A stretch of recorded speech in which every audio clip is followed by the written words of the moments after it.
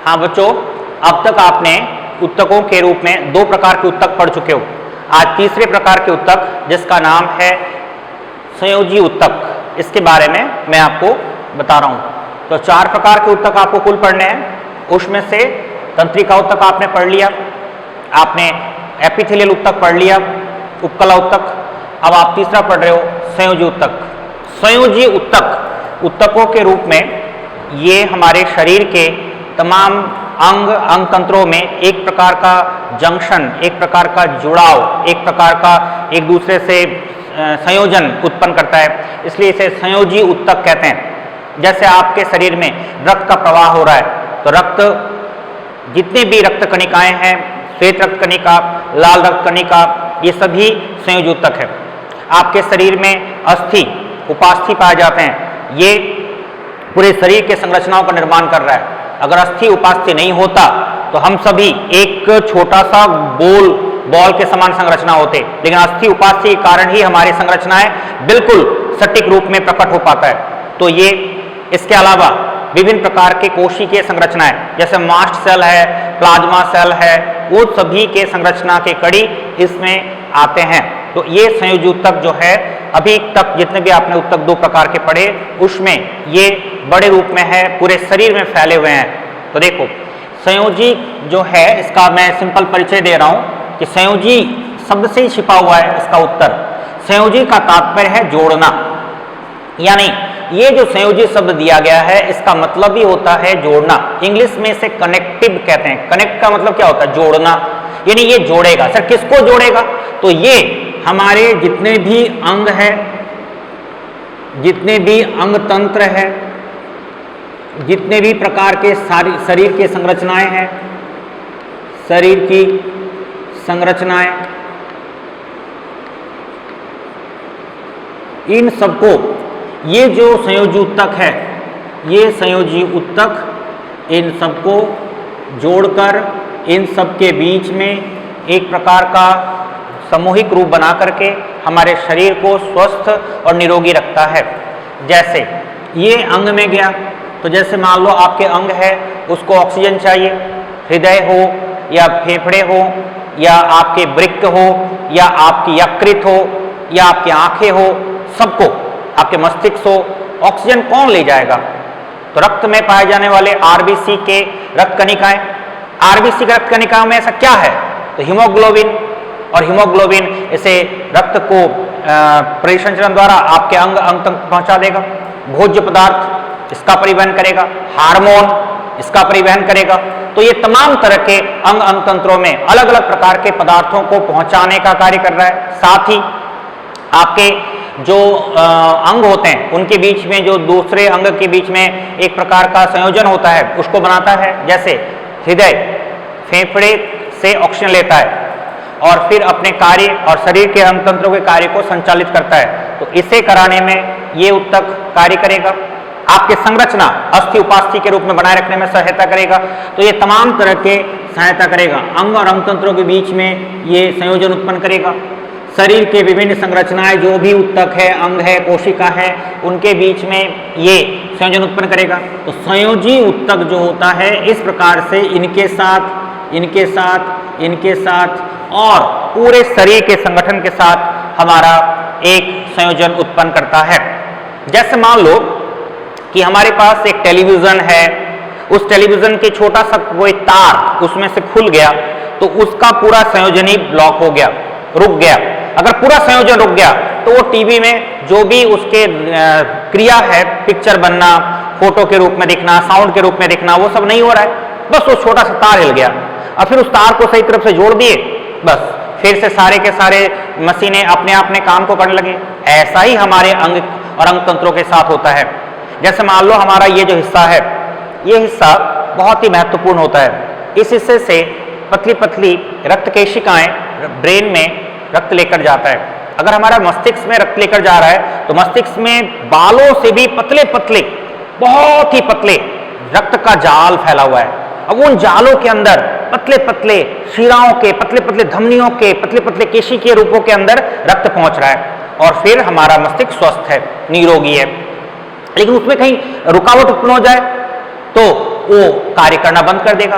तो मस्तिष्क के संपूर्ण कार्य को सही रूप से कराने के लिए हर कोशिकीय संरचना को संयोजी ऊतकों के साथ मिलजुल कर काम करना होगा। और संयोजी ऊतक अगर आपके शरीर में स्वस्थ रूप में काम कर रहा है तो आप बिल्कुल स्वस्थ हो।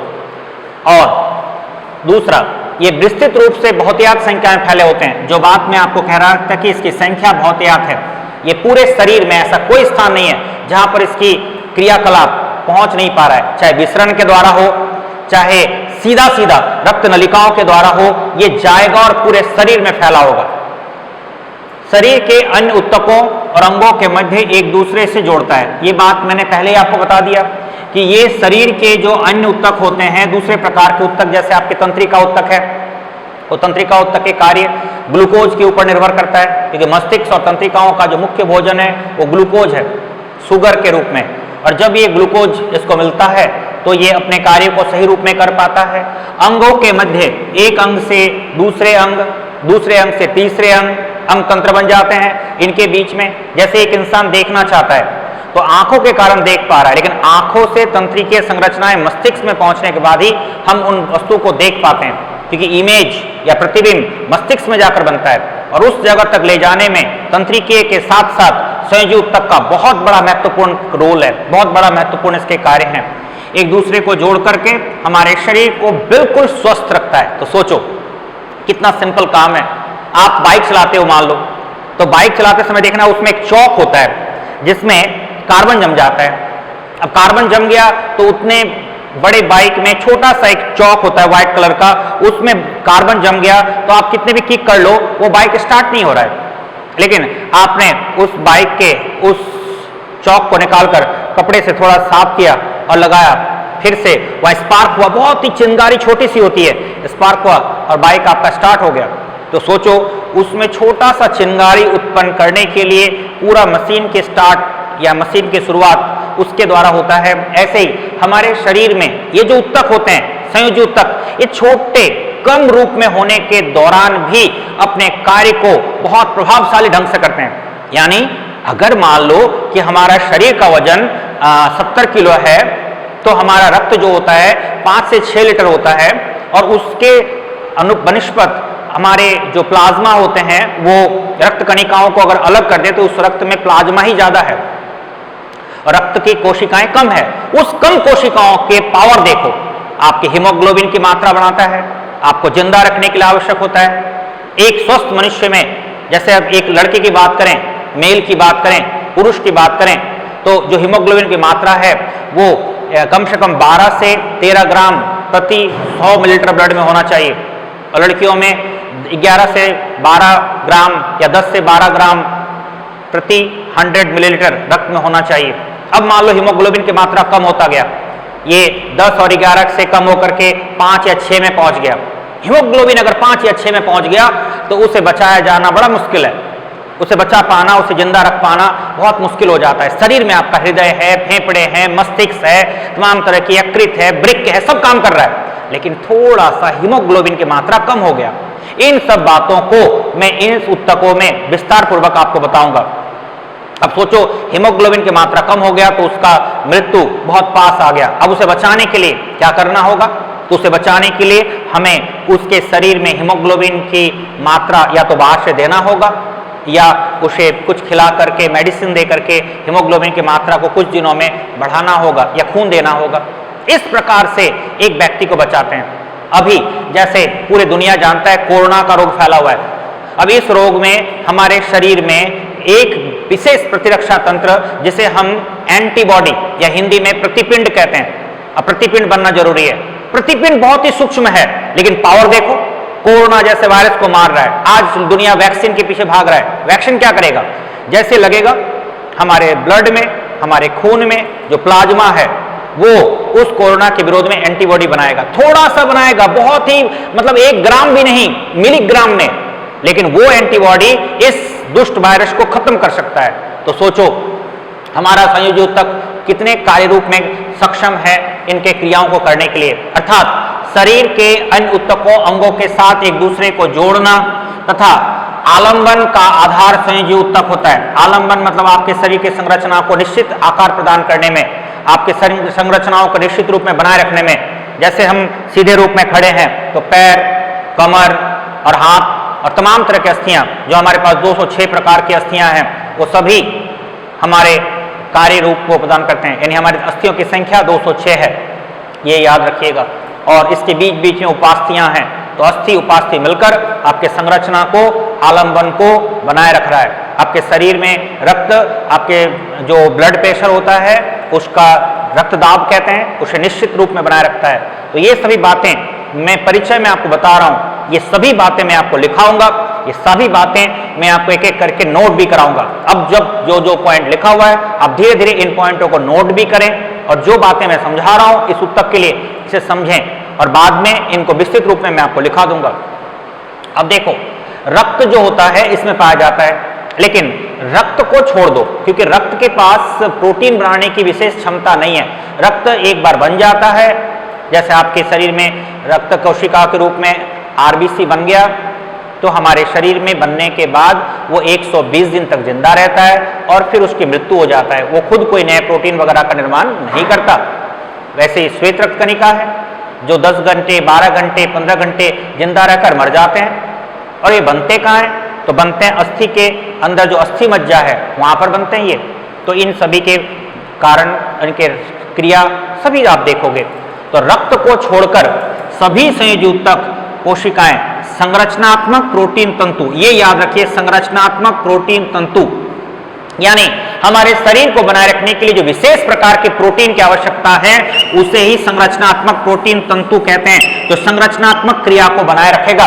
और हमारे शरीर के अंदर अलग अलग समय में अलग अलग क्रियाओं द्वारा कोशिकीय संरचनात्मक रूप में प्रोटीन बनते हैं।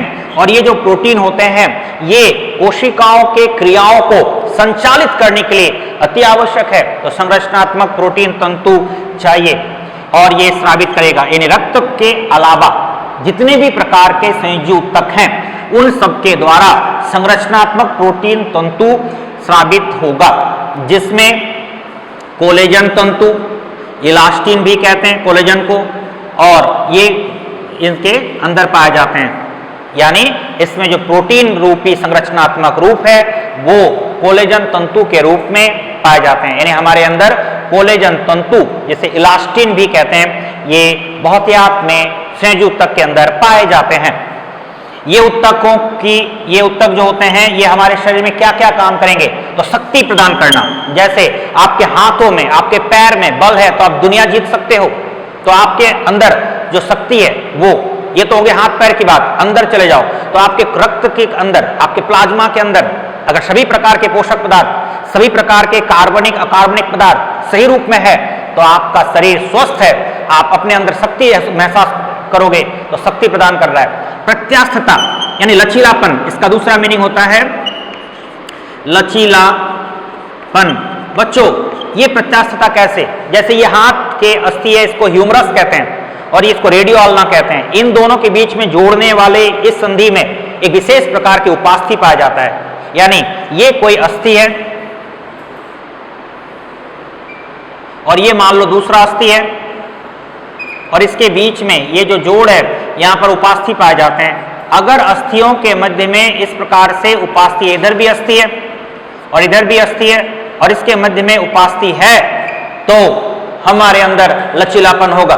हम अपने पीठ को ऐसे मोड़ सकते हैं, ऐसे मोड़ सकते हैं, हम अपने हाथ को ऐसे मोड़ सकते हैं, कोई दर्द नहीं होगा। छोटे बच्चों में ये उपास्थियां अधिक सक्रिय रूप में सक्षम प्रत्यास्थ होने के कारण वो ज़्यादा बदमाश, उछल कूद, जंप करने के बाद भी उसको चोट का अनुभव नहीं होता। लेकिन जैसे जैसे हमारा उम्र बढ़ता जाता है ये जो उपास्थि है ये कठोर हो जाता है, कैल्शियम जमा होने के कारण या घिस जाने के कारण, तो फिर हमारे कमर में, हाथ में, सभी जगह दर्द रहते हैं। आजकल आपने अक्सर सुना होगा कि बहुत सारे लोग कहते हैं कि हमारे रीढ़ की हड्डी जो होती है इसमें दर्द हो रहा है। और रीढ़ की हड्डी जो होते हैं हमारे, जिसको वर्टिब्रा कहते हैं, उसमें 26 छोटे छोटे वर्टिब्रा की संख्या, छोटे छोटे अस्थियों की संख्या से मिलकर बने हुए हैं। उन सब के बीच में उपास्थि है। ये अस्थि और ये अस्थि, इसके बीच में उपास्थि, फिर ये अस्थि, इसके बीच में उपास्थि, इस प्रकार से बना हुआ है। और ये है तो हम कितने भी कूदे फांदे, शरीर को ऐसे मोड़े, ऐसे करें, बिल्कुल स्वस्थ हैं। लेकिन अगर ये उपास्थि घिस गया तो ये अस्थि से टच करेगा, जबरदस्त दर्द होगा। क्योंकि अस्थि अस्थि एक दूसरे से टच करेगा तो घर्षण क्रिया होगा और ये घिसना शुरू करेगा, इसके अंदर के तंत्रिकाएं दबना शुरू करेगा और दर्द होगा। इसे आजकल स्पॉन्डिलाइटिस नामक रोग कहते हैं।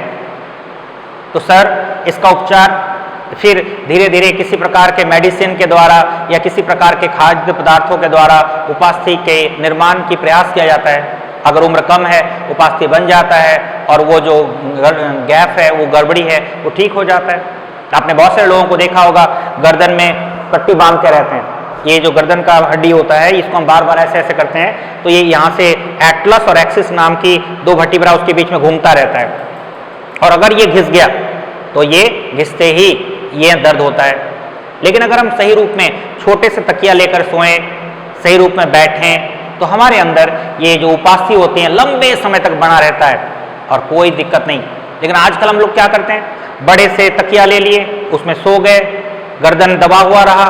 ऐसा एक दिन में तो होगा नहीं, कई साल तक ऐसा कर रहे हैं और अचानक पता चला कि अस्थियों के बीच में जो उपास्थि है वो घिस गया, कमजोर हो गया। तो अब अगर ये बना हुआ है तो ये प्रत्यास्थता लचीलापन को प्रदान करेगा। हमारा शरीर लचीलापन के साथ सभी प्रकार के क्रियाकलाप को करने में सक्षम होगा। तो ये प्रत्यास्थता को ही लचीलापन को उत्पन्न करता है, यानी इलास्टिसिटी बोलते हैं, इसका इंग्लिश मीनिंग होता है एक प्रकार के इलास्टिसिटी।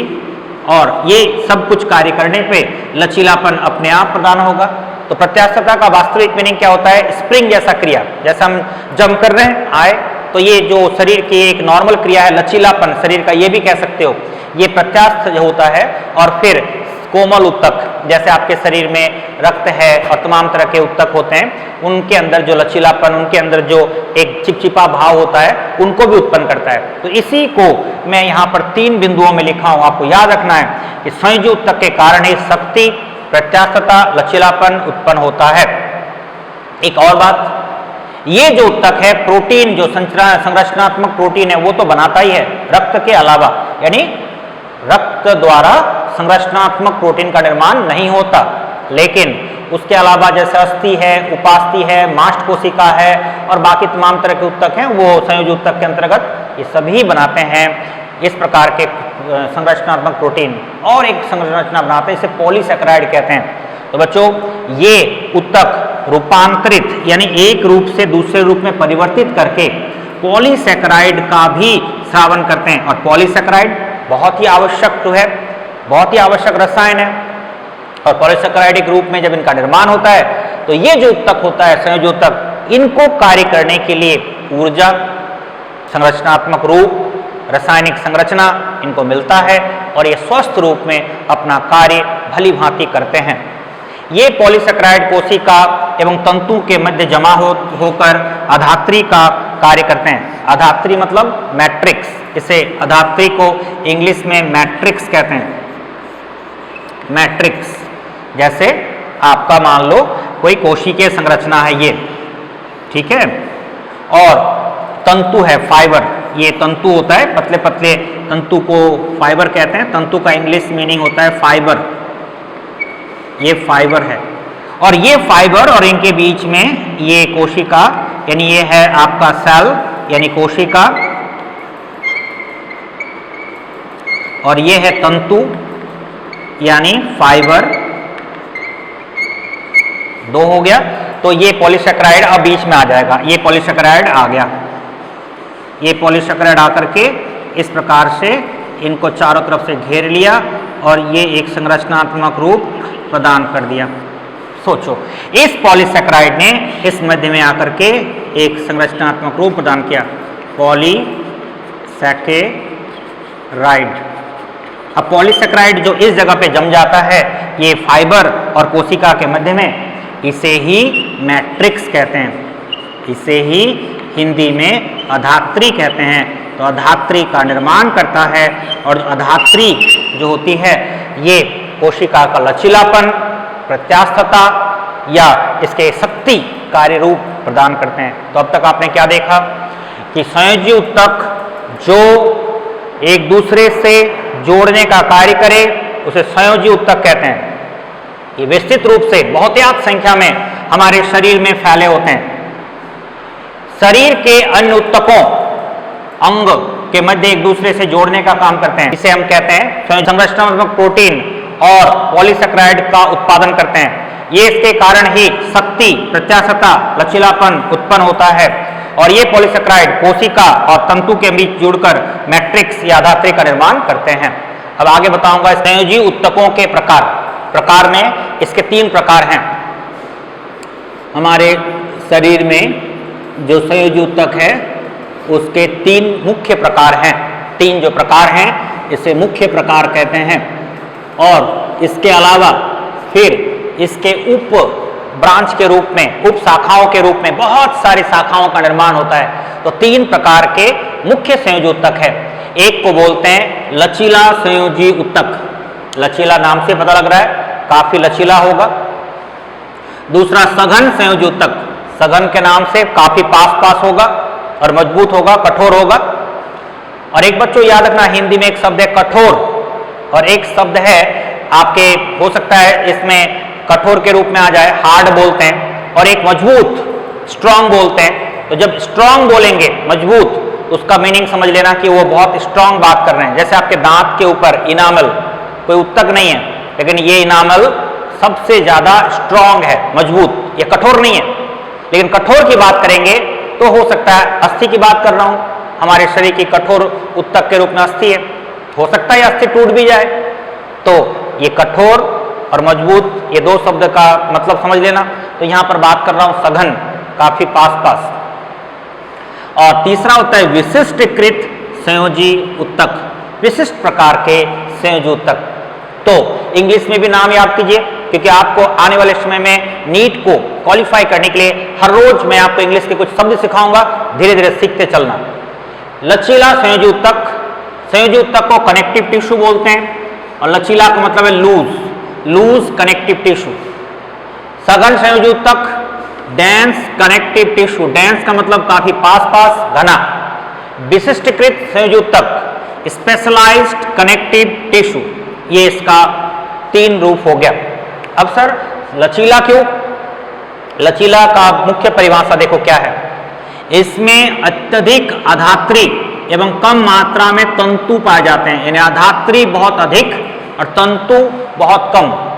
यानी अधात्री यानी मैट्रिक्स की जो मात्रा है वो बहुत अधिक होगा और फाइबर यानी तंतु वो बहुत कम होगा। तंतु कम है तो लचीला है, और मैट्रिक्स तो खुद तरल रूप में पाए जाते हैं तो वो कठोरता प्रदान कर नहीं सकता। तो इस प्रकार से ये जो तंतु है ये बहुत ही सिंपल, लचीला, सरल, मृदु इत्यादि कहते हैं। अब बात करते हैं दूसरा कि सघन संयोजी उत्तक, सघन के नाम से ही समझ में आ रहा है।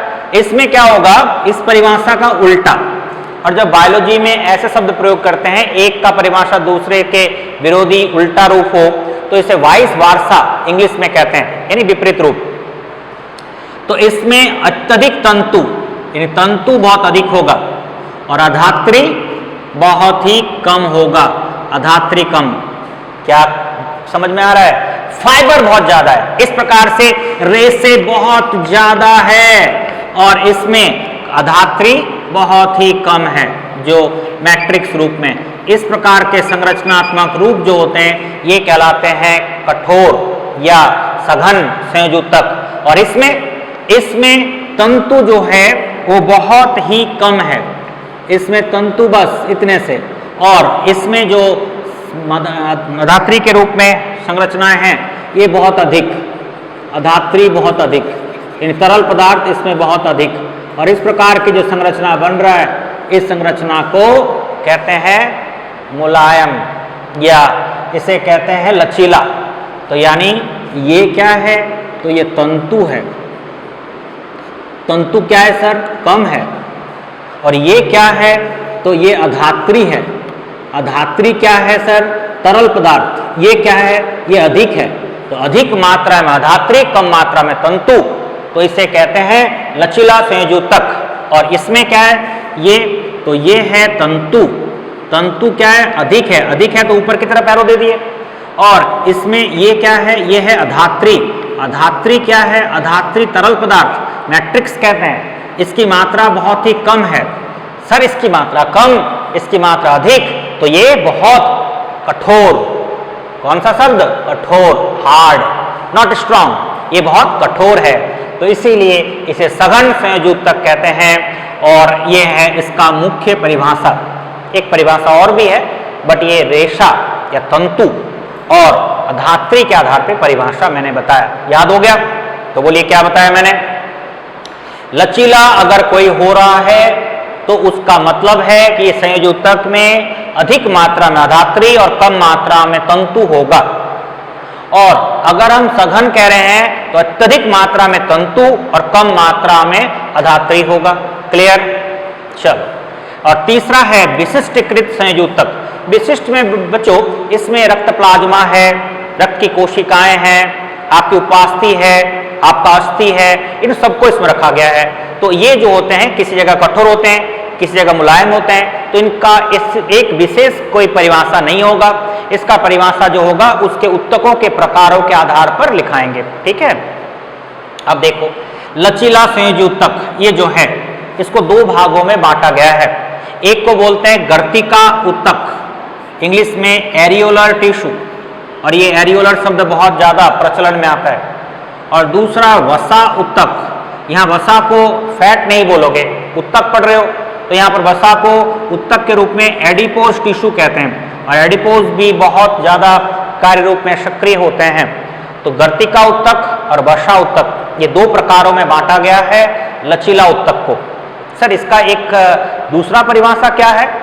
दूसरा परिभाषा है कि इसमें कोशिका एवं तंतु एक दूसरे से आधारीय पदार्थों में शिथिलता से जुड़े होते हैं। शिथिलता मतलब ऐसे ढीला ढाला, अगर जुड़ा है तो ठीक, नहीं जुड़ा कोई बात नहीं। कोई कहीं जा रहा है, जाओ, जैसे आरबीसी कहीं जाना चाहता है, आपके शरीर में लचीला उत्तक के रूप में वसा कहीं जाना चाहता है, पेट में वसा जमा होना चाहता है, जमा हो जाओ। इस प्रकार से जैसे आपने देखा होगा कि अगर हम हद से ज्यादा खाना खा रहे हैं, जितना खाना नहीं चाहिए उससे ज्यादा, जैसे हम चाहे रोटी खाएं चाहे कुछ भी खाना खाएं, सब्जी खाएं, हद से ज्यादा खा रहे हैं तो क्या होगा? मोटापा बढ़ जाएगा।